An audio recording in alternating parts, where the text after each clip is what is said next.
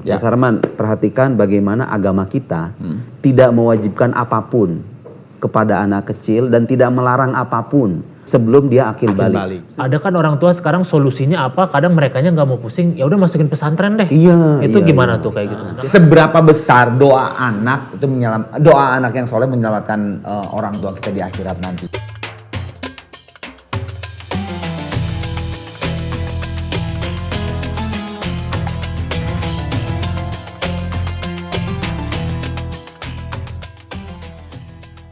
Assalamualaikum warahmatullahi wabarakatuh. Kembali lagi di Curhat bareng Ustadz. Kali ini saya ditemani mas seorang Ustadz yang saya ngefans banget. Saya melihat di media sosial, mengikuti, pengen beli bukunya nggak jadi-jadi karena sibuk. Dan akhirnya sekarang ada bukunya di sini, ada juga beliau di sini, Ustadz Muhammad Nuruddin. Tepuk tangan tuh baru dah. Dan saya ditemani sekarang oleh kawan saya. Bukan Ustadz tapi? Bukan, Ya. Kang Mas Kuku. Masa gak ada yang Masa tangan? Wah lu jahat lu. Cuma satu loh. Cuma satu kali. Iya, dikira tepuk pramuka kali ya. Aduh.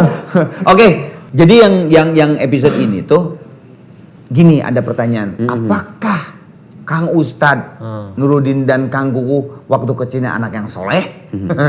Jangan dulu dijawab, oke? Sebelumnya seperti biasa saya terima kasih banget, ini udah tahun kelima untuk Kopi Tubruk Gajah. Kali ini juga Kopi Tubruk Gajah hadir kembali. Bagaimana kalau kita minum dulu? Ya, siap. Atas buka iya dah ya, atas buka. Bismillahirrahmanirrahim. Supaya makin seru nih ngobrolnya. Oke, mengulang pertanyaan yang tadi di depan. Iya. Sebetulnya apakah kita waktu kecil tuh sudah merasa menjadi anak yang soleh? Pak Kang Ustadz Itu yang paling tahu jawabannya orang tua kita. betul. Mari kita panggilkan orang tua dari Ustadz. Dibalik sini langsung ada langsung. Enggak. Ini mah dari angle kita aja. Pertama Kita. gini, jadi menentukan anak ini baik atau tidak itu tidak bisa diukur dengan masa kecil. Dalam Islam itu kan ada ketentuan akil balik. Jadi orang tuh baru dinilai perbuatannya berdosa atau tidak itu setelah dia mencapai akil balik. Itu artinya ya dia akalnya sehat, bukan orang gila ya. Kalau depresi gaya anak-anak zaman sekarang itu belum sampai level gila lah. Gila itu artinya udah hilang kesadaran gitu loh. Itu orang gila. Kalau balik itu ya artinya sudah mencapai tingkat dewasa, di mana dia sudah termasuk sebagai, kalau dalam bahasa agama itu mukallaf. Mukallaf itu artinya orang diberikan beban agama, diharuskan untuk menunaikan kewajiban agama. Baru berlaku tuh dosa pahala tuh berlaku setelah akil balik. Ya kalau laki-laki. Sebentar saya potong ya, maaf. Nah. Ada nggak balik, pas kata balik itu ciri-cirinya tuh apa? Nah, kamu udah balik nih gitu. Kalau laki-laki kan mohon maaf mimpi basah misalnya, ya kan? Jadi itu penandanya lah. Iya. Penandanya. Kalau udah usia 15 tahun udah pasti akil balik. Udah pasti. Sepakat. Ulama sepakat. Kalau sudah 15 tahun sudah akil balik. Tapi kalau sudah mimpi basah, kalau perempuan kan haid. Yap, ya betul. gitu ya. Nah, baru ketika itu kita bisa mengukur anak ini apakah layak dikategorikan sebagai anak yang soleh atau tidak. Sebelum itu anak tuh bebas ngapain aja. Nah, saya ingin mencatat satu poin yang tidak kalah penting di sini. Mas Arman, perhatikan bagaimana agama kita tidak mewajibkan apapun kepada anak kecil dan tidak melarang apapun kepada anak kecil sebelum dia akil balik, sebelum dia dewasa. Artinya apa? Kita sebagai manusia, kan Tuhan aja nggak mewajibkan apapun nih, nggak melarang apapun. Kamu ngapain aja terserah. Berarti kita juga orang tua harus bisa memaklumi anak-anak kecil itu ketika mereka tidak sesuai dengan ekspektasi kita. Kalau dia belum akil balik.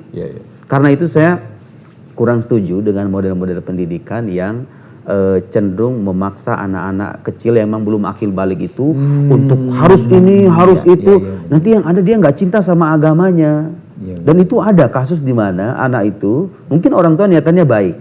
Kayak misalnya nyuruh anaknya sholat jemaah. Padahal anaknya belum wajib sholat sebenarnya. Cuma sebagai bentuk edukasi pelan-pelan nggak apa-apa. Yang salah adalah kalau itu iya. Atau bisa suruh menghafal Quran. Niatnya bagus loh ya, menghafal Quran. Tapi kalau misalnya anaknya kurang menikmati, itu bahaya secara psikologis. Malah bisa jadi benci. Iya kan? Cuma karena mungkin narasinya kurang pas. Dan nah ini penting sekali masukan untuk para orang tua di sana.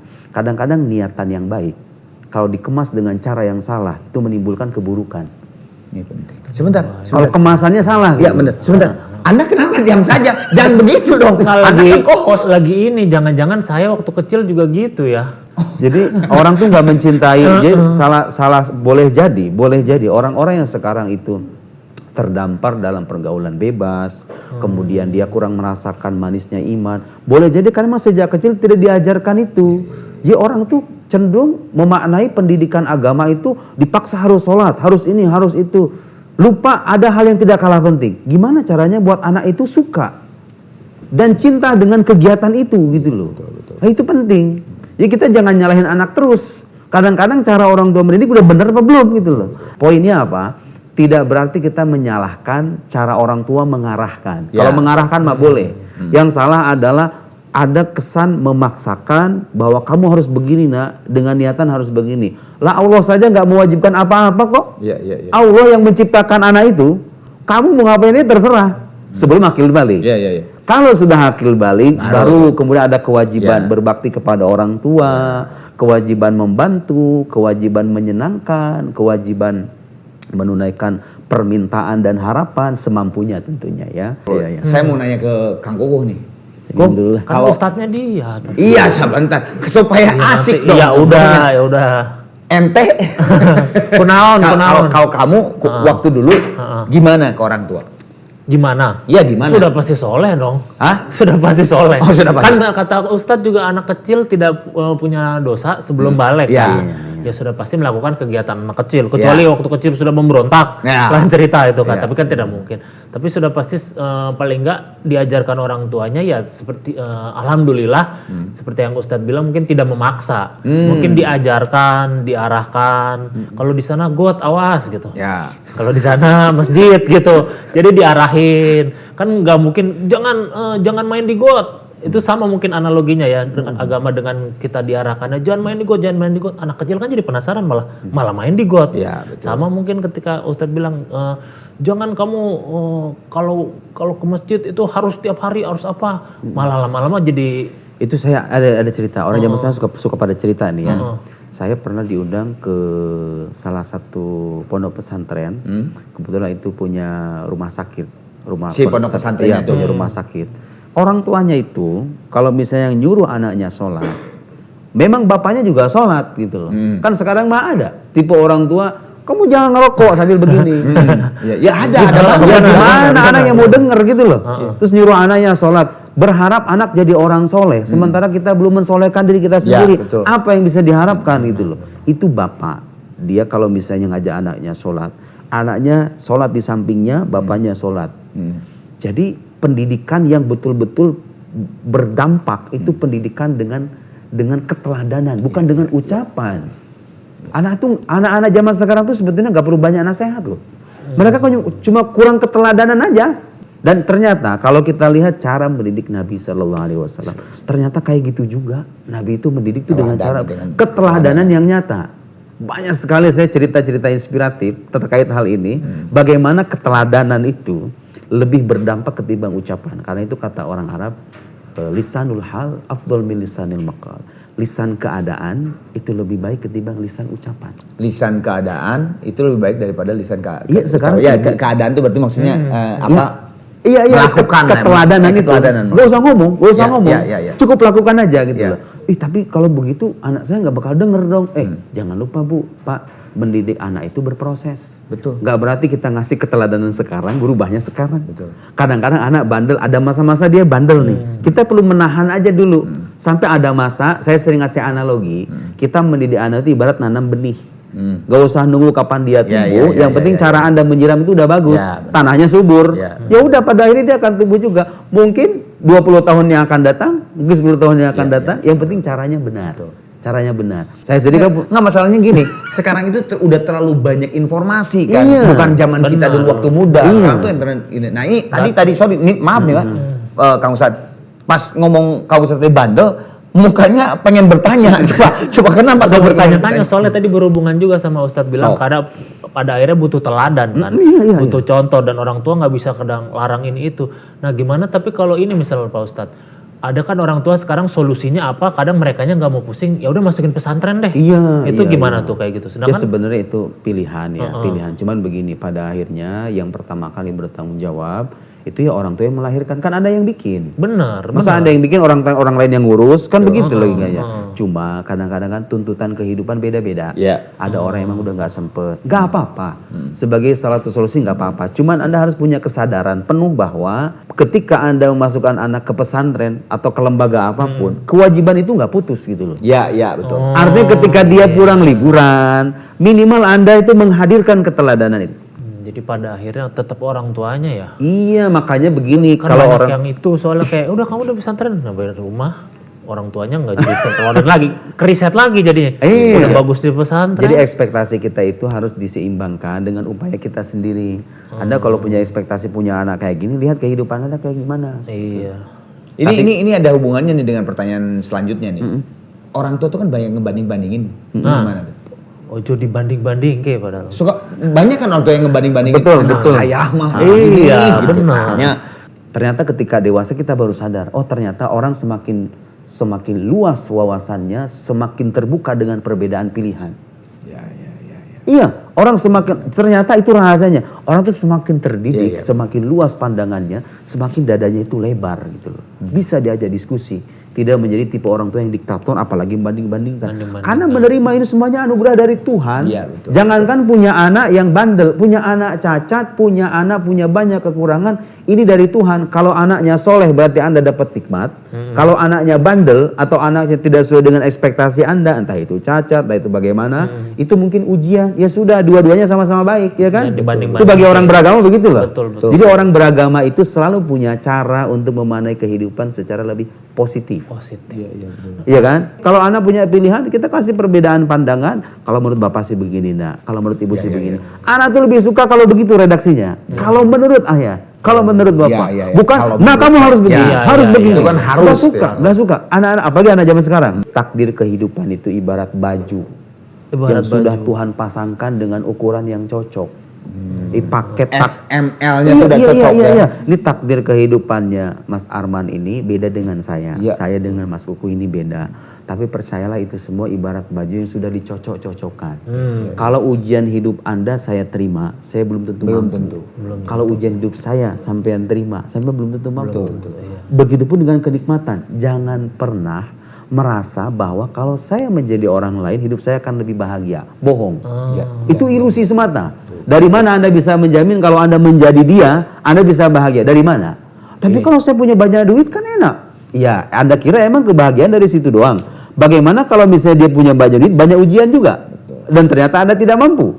Coba ketika kita menatap diri kita, saya diberikan takdir kehidupan sepaket. Kebahagiaan dan kesengsaraannya. Tugas saya adalah menikmati dan menjalani kehidupan saya. Biarkan orang lain berjalan dalam kehidupannya. Itu paling enak hidup kayak gitu. Potong TikTok, men. Ini keren nih potongan TikTok nih. Ojo dibanding-banding ke pada akhirnya. Ya itu dan sifat membanding-bandingkan itu kan berarti itu ekspresi ketidakpuasan, hilangnya rasa syukur itu, gitu ya. Karena bagaimanapun ketika kita mengharapkan enak aja kalau punya orang tua kayak begini. Tahu dari mana Anda itu enak? Itu kan hanya dugaan Anda saja. Iya. Kalau betul-betul Anda dikasih orang tua kayak begitu, jangan-jangan Anda menjadi anak durhaka pada akhirnya. Karena kita tidak pernah tahu kehidupan orang secara utuh. Iya, betul. Yang kita tahu itu cuma tampilan doang. Kelihatannya si Ustadz pakai peci, kemudian begini. Gak tahu kan di kepala saya isinya ada apa. Betul. Saya juga melihat Kang Arman kok hidupnya kayaknya enak. Gitu. Tapi kan gak pernah tahu di rumahnya dia ngalami apa. Iya, betul. Atau misalnya di kantornya. Terus saya tiap hari push up di rumah. Ternyata tiap hari push up ini. Cuman Kang Arman yang bisa melingkari janji soalnya. Itu mah lagu saya itu. Oke, pertanyaan saya nih. Seberapa besar doa anak yang soleh menyelamatkan orang tua kita di akhirat nanti? Tapi sebentar. Pengen minum dulu. Minum silakan aja. Belum aja. Alhamdulillah. Sok Pak Ustadz, Kang Ustadz. Jadi begini, ketika anak cucu Adam itu meninggal, kata Nabi SAW, idza mata ibnu Adam in qata amalu illa min thalas. Semua amal perbuatannya terputus kecuali 3 hal. Pertama, sedekah jariyah. Ya kan? Ini bagi yang punya duit nih. Bagi yang punya duit, bagi yang punya keluasan harta, ambillah salah satu dari 3 ini. Kalau kita pengen pas kita mati tenanglah gitu loh. Ada terus tuh Ada apa terus. yang Nah, ada tabungan. pilih 3 ini ya, yang merasa diberikan keluasan harta, cobalah rajin berbagi kepada orang lain. Jangan pelit. Ya. Toh ketika Anda berbagi, buahnya itu Anda petik sendiri. Betul. Ima sekarang atau di masa mendatang. Betul. Tuh. Yang kedua, kalau misalnya, aduh saya kalau urusan duit gak Kurang banyak, lah gitu ya, kalau tapi saya punya semangat menuntut ilmu, menambah pengetahuan, ilmu yang bermanfaat, itu Disebarkan. disebarluaskan, ilmu yuntafa bihi. Yang ketiga, aduh kalau Ilmu menuntut enggak, ilmu ya, saya duit nggak punya, enggak. duit juga nggak punya, Ya, tapi bisa bikin anak kan? Ya. Bikin anak mas semua orang bisa. Jomblo tuh pasti satu. Bisa bikin anak tapi dididik anaknya. Ya. Jangan membiarkan anak itu seperti, mohon maaf sekali, seperti binatang. Tahu nggak binatang itu butuhnya apa? Makan, minum, bermain, tidur. Ya. Sekarang ada anak-anak tanpa disadari, Allahu Akbar, disadari atau tidak gitu ya, ada anak-anak yang dididik oleh orang tuanya, mohon maaf sekali, memang seperti binatang. Hanya dikasih makan, Ya, dikasih ya, minum, ya, ya, tempat tinggal, istirahat, main. Ya. Terus di mana bedanya kita dengan binatang ketika itu? Karena itu harus orang tua merhatikan kebutuhan spiritual anak. Jadi kan tadi Ustadz bilang ada 3. Yang pertama itu sedekah. Kalau nggak Sedekah. bisa kan bisa ilmu. Ya. Kalau ilmu Sama anak. ilmu nggak bisa juga dari Anak anak. soleh. Nah dari anak itu sebenarnya bisa dua-duanya. Nanti anaknya berilmu dan bersedekah Oh, kan. iya, iya, Ya, iya. Jadi dari jeda. Nah tapi masalahnya nanti ketika anak untuk menjadi bisa seperti itu kan pasti butuh jalan yang panjang. Pendidikan dari orang tuanya juga. Nah yang diduluin itu akademisnya dulu apa akhlaknya untuk bisa kira-kira anaknya nanti mencapai titik itu gitu. Menurut Kang Arman gimana? Sekarang banyak kan, enggak sih, Indonesia ini gak kekurangan orang-orang pinter loh. Benar. Iya, iya, benar. Banyak sekali. Benar. Itu pejabat-pejabat itu orang-orang pinter itu. Betul. Yang Iya jahat, kan? yang pinter Lihat aja banyak ijazahnya. yang jahat. Lihat ijazahnya. Benar, benar. Kadang-kadang ada yang S3, S2. Iya. Meskipun kadang-kadang ngejoki gitu loh. Kadang-kadang loh ya. Kadang-kadang. Saya nggak nyebut nama loh ya. Nggak semua. Nggak semua, nggak Oknum semua. gitu. Oknum. Jadi meski Oknum. Oknum 90%. tapi yang jelas mereka itu orang pinter. Kita tuh nggak kekurangan orang-orang pinter. Kita itu kekurangan orang-orang yang bisa memberikan keteladanan moral. Iya, iya, moral. Iya berarti itu yang kita butuhkan sekarang. Kadang-kadang begini mas, ketika orang itu terbangun sisi moralnya, pada akhirnya itu tuh ngikut gitu loh ini tuh. Karena orang kalau sudah terbentuk asasnya dengan, jadi ibarat fondasi lah ya. Benar. Hati manusia ini ibarat fondasi. Kalau dia udah bagus, yang lainnya itu tinggal dipoles-poles aja kan. Nah karena itu model-model pendidikan zaman sekarang kalau mau berhasil mencipta manusia-manusia yang tidak hanya unggul secara intelektual tapi juga matang secara moral dan spiritual, itu harus memperhatikan kebutuhan spiritual itu. Gimana caranya? Kebutuhan spiritual itu, kenalkan anak Anda kepada Tuhannya. Pernah nggak di rumah itu ngebahas, nak, kita itu punya Tuhan namanya Allah, Allah itu punya sifat ini. Kan orang tua sendiri nggak paham. Oh enggak, kalau misalnya ini kepanggil guru privat, kalau misalnya mau, atau misalnya suruh anak ke pesantren, atau suruh mendengarkan di YouTube, sekarang banyak akses untuk belajar. Tapi orang tuanya harus hadir menyadarkan itu gitu loh. Kenalkan dia dengan nabinya.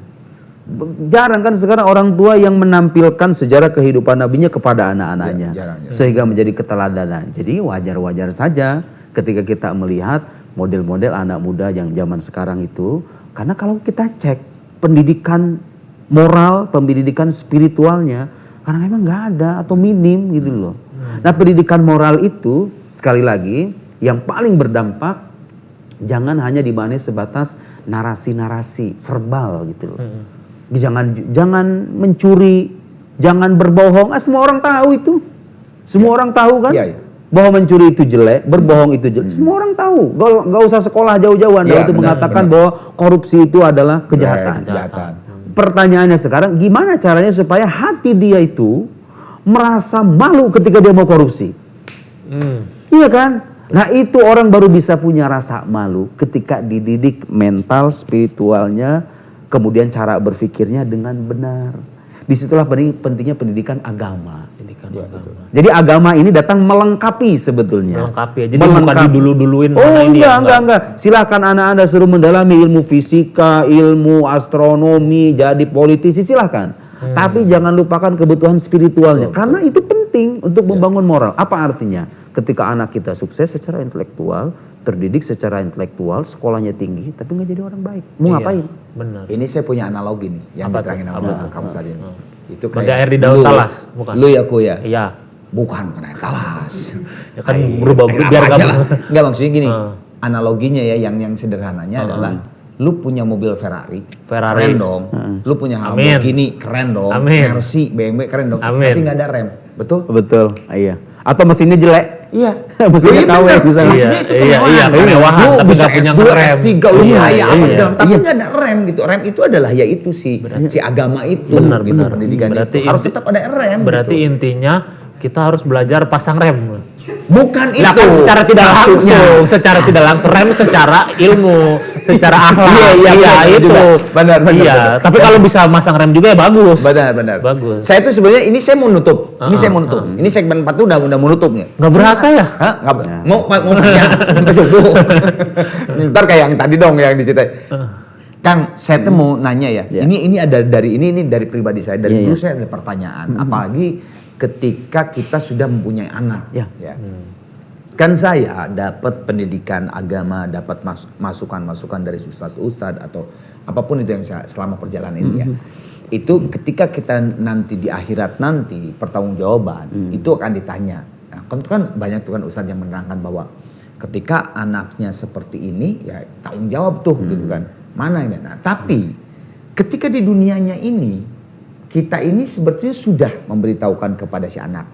Nah, gini ini tuh nggak boleh loh kayak gini. Terus atau bahkan tadi misalnya diteladankan sama kita tuh, misal sholat dikasih teladan, puasa, zakat, kita yang ngasih teladan dia enggak, kamu harus ini enggak gitu ya. Nah, tapi ketika nanti misalnya pertanyaan itu ada di akhirat itu gimana sih? Ini penting. Karena istilahnya kan kalau sorry ya, kalau saya punya ego saya gitu. Lah ya Tuhan, ya Allah Subhanahu wa taala, saya udah kok gitu. Tapi anak lu jadi gini misalnya gitu. Tapi saya udah, Pak. Ya Allah, saya udah nih, kasih teladan udah. Istilahnya kasih nasihat yang keras juga udah pernah dulu gitu. Nah, ini, tapi itu gimana? Jadi ada prinsip dalam agama kita itu. Inilah uniknya agama Islam ya. Di satu ayat dalam Al-Quran disebutkan wala taziru waziratun wizra ukhra. Orang tuh nggak bisa mikul dosa orang lain. Dosa itu menyangkut pertanggungjawaban individual setiap orang. Nggak bisa memikul dosa yang lain gitu loh. Kecuali kalau memang dia berperan dalam dosa itu. Misalnya saya punya teman baik nih, tapi hidup saya gelap. Saya bawa dia gitu. Saya dapat bisa ketimpa dosanya gitu kan. Tapi ketika anak berdosa dan kita sudah menunaikan tugas yang memang yang memang kita miliki dan kita sudah menunaikan itu, ya anak bertanggung jawab dengan pilihan yang masing. Jadi tergantung konteksnya. Orang tuanya sudah mendidik atau belum? Kalau orang tuanya sejak masa kecil anaknya ditelantarkan, gak dinafkahi, yang binatang itu ya, jadi wajar ditanya sama Tuhan nanti. Kamu kenapa? Dia ditanya karena dosa dia meninggalkan kewajibannya. Ya kan? Tapi ketika anak akil balik, udah ada catatannya sendiri-sendiri itu. Bahkan kan disebutkan dalam Al-Quran gambaran bagaimana ketika nanti dibangkitkan di padang mahsyar, orang tua akan lari dari ayahnya, lari dari ibunya, masing-masing gitu loh. Bertanggung jawab masing-masing. Iya, masing-masing. Jadi begini, orang tua yang ditanya tentang keburukan anak itu adalah orang tua yang tidak bertanggung jawab dan tidak menaikkan tugasnya sebagai orang tua. Adapun ketika dia sudah berusaha, ya cuma namanya manusia kadang ada aja kurangnya ya. Tapi usaha udah ada gitu loh. Usaha udah ada. Tidak menelantarkan, memberikan pendidikan, mengarahkan. Ketika dia misalnya hidupnya gelap, kita berusaha untuk menjadi penerang. Ketika anak perlu konsultasi atau curhatan, kita selalu hadir. Tapi kemudian dia berdosa. Dalam Islam tuh prinsipnya begitu. Gak bisa orang mikul dosa orang lain. Jadi setiap orang tuh mikul dosanya, nggak ada penebusan dosa istilahnya. Ya udah masing-masing. Dengan catatan itu ya, orang tuanya sudah berusaha menunaikan tugas yang dia miliki. Ya alhamdulillah nih. Ini udah selesai nih. Udah selesai. Mari saya udah. Sama Ustadz sini aja. Alhamdulillah selesai juga sesi curhat hari ini.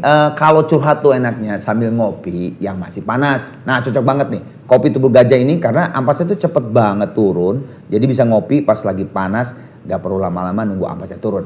Oke, terima kasih. Kopi Tubuh Gajah. Kopi Tubuh Gajah benar-benar kopi. Oke, akhirnya alhamdulillah juga curhat episode yang kali ini selesai. Kang Ustadz, Terima kasih Hatur banyak. nuhun pisan. Terima Mudah-mudahan kasih buat bermanfaat. ilmu daging kalau ada Oh, sekarang daging mah. semua, Daging Kang Mas Kuku. Kang Arman. Terima kasih nuhun pisan. Pokoknya semuanya insya Allah ibadah kita puasa Ramadan tahun ini bisa dijalankan dengan lancar. Amin. Lahir batin. Amin. Tunggu episode berikutnya. Sampai ketemu di curhat episode berikutnya. Wabillahi taufiq wal hidayah. Wassalamualaikum warahmatullahi wabarakatuh. Waalaikumsalam. Yang penting Anda harus tahu, kopi tubruk paling enak diminum pas masih panas. Mantap! Valid! Cuma kopi tubruk gajah yang bisa seruput selagi panas. Karena ampasnya cepat turun.